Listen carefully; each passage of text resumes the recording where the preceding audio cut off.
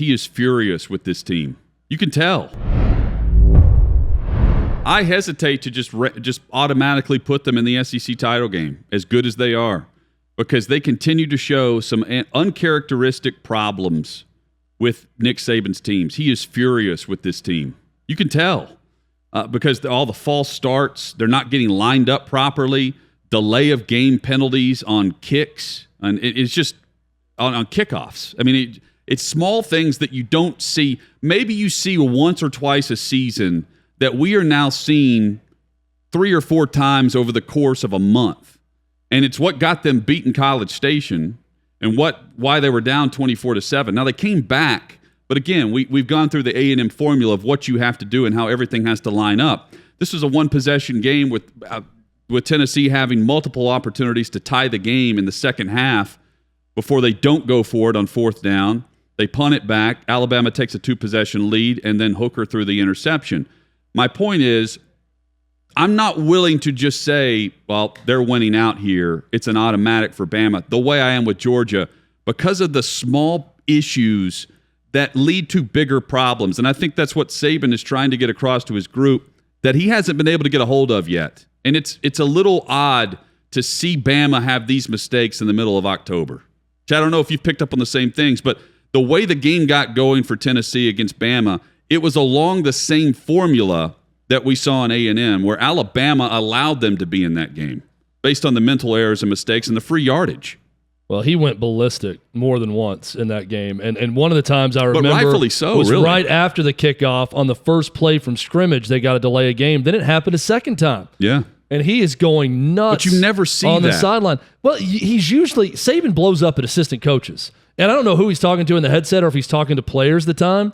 This was one of the first games where it felt like he was yelling at his team on the field, right? When he lost it, he was walking out on the field Except to for go nuts one guy. On his player. Yes. He loves Bryce Young. Bryce Young. There was a nice touching moment there. I saw the side-by-side real of close to his him face. with Bryce Young and next to Jack Dawson and Rose from Titanic, and it was the same facial But even distance. coming off the field when Bryce ran for the touchdown, where he pump faked it in the red zone and then decided to keep it and he was able to get in, you saw Saban's reaction coming off because he knew Bryce Young saved that possession and kept 7 on the board instead of 3. Now, he was clearly frustrated. He was angry. In fact, one of the Tennessee touchdowns, I saw it posted today, Bama had 10 guys on the field on defense. The Javonte Payton 70-yarder on the post where he was wide open, where the safety went the wrong direction. They had 10 guys on the field on one of those plays. I watched that, though, and you see Will Anderson on defense and his ability to affect the game. They still have great players on defense, even when they're not completely with it. Hutton, I'm trying to find the game that they're going to lose other than Georgia. Yeah, but we said that for A&M. Tennessee was in this game far too long for Alabama's liking. The final score is not indicative of the game at all. Not at all. And really the only manhandling opponent where you thought they were going to give a fight was Ole Miss, and it wasn't much of a game because they executed early and often, and they took advantage of every mistake that the opposing team did. That's really the only time that you've looked around and thought, okay, this is the Bama team that we're seeing coming together now and throttle everyone on their path to the SEC title game. I watch Alabama now, and I see a solid individual players. I have not seen this group come together as a team. And the one area where they're missing truly compared to years past is the run game. They have a good run game. They don't have the great bell cow that we're used to seeing year in and year out.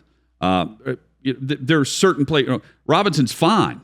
But is he consistent enough, and is he a dynamic enough to take over a game in the college football playoff? Maybe he is. I just haven't seen it yet. But didn't you come out? I understand this Tennessee game is new evidence, and there were hints of the A&M game. But out of the A&M game, didn't you say you weren't worried about Bama, and then they stomped Mississippi State?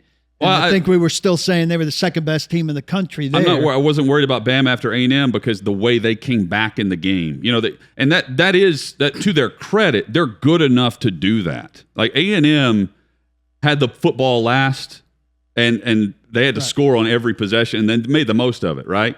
That was after they were up 24-7. So, yeah, I mean, I still like Bama. I'm just not willing to just blank slate say they're playing Georgia in the SEC title game like I would on any given year because I I continue to see the false starts and the really just bizarre penalties that you never see from a well-coached team that Saban always has. These guys aren't locked in the same way. LSU, New Mexico State, Arkansas, and the Iron Bowl.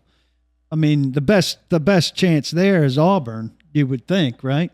Yes, but if you're looking for signs of not weakness but problems for Alabama, they rushed for 4 yards a carry. That's not great against Tennessee. I mean, it's weird to say this because they almost had 600 yards of offense in the game. We should say we're talking about Bama and comparing them to Bama. Bama standard. Tennessee, by the way, second in the country in tackles for loss. They had 7 more in this game. That's one above their game average coming out of this. So they were stuffing Alabama behind the line of scrimmage at times as well.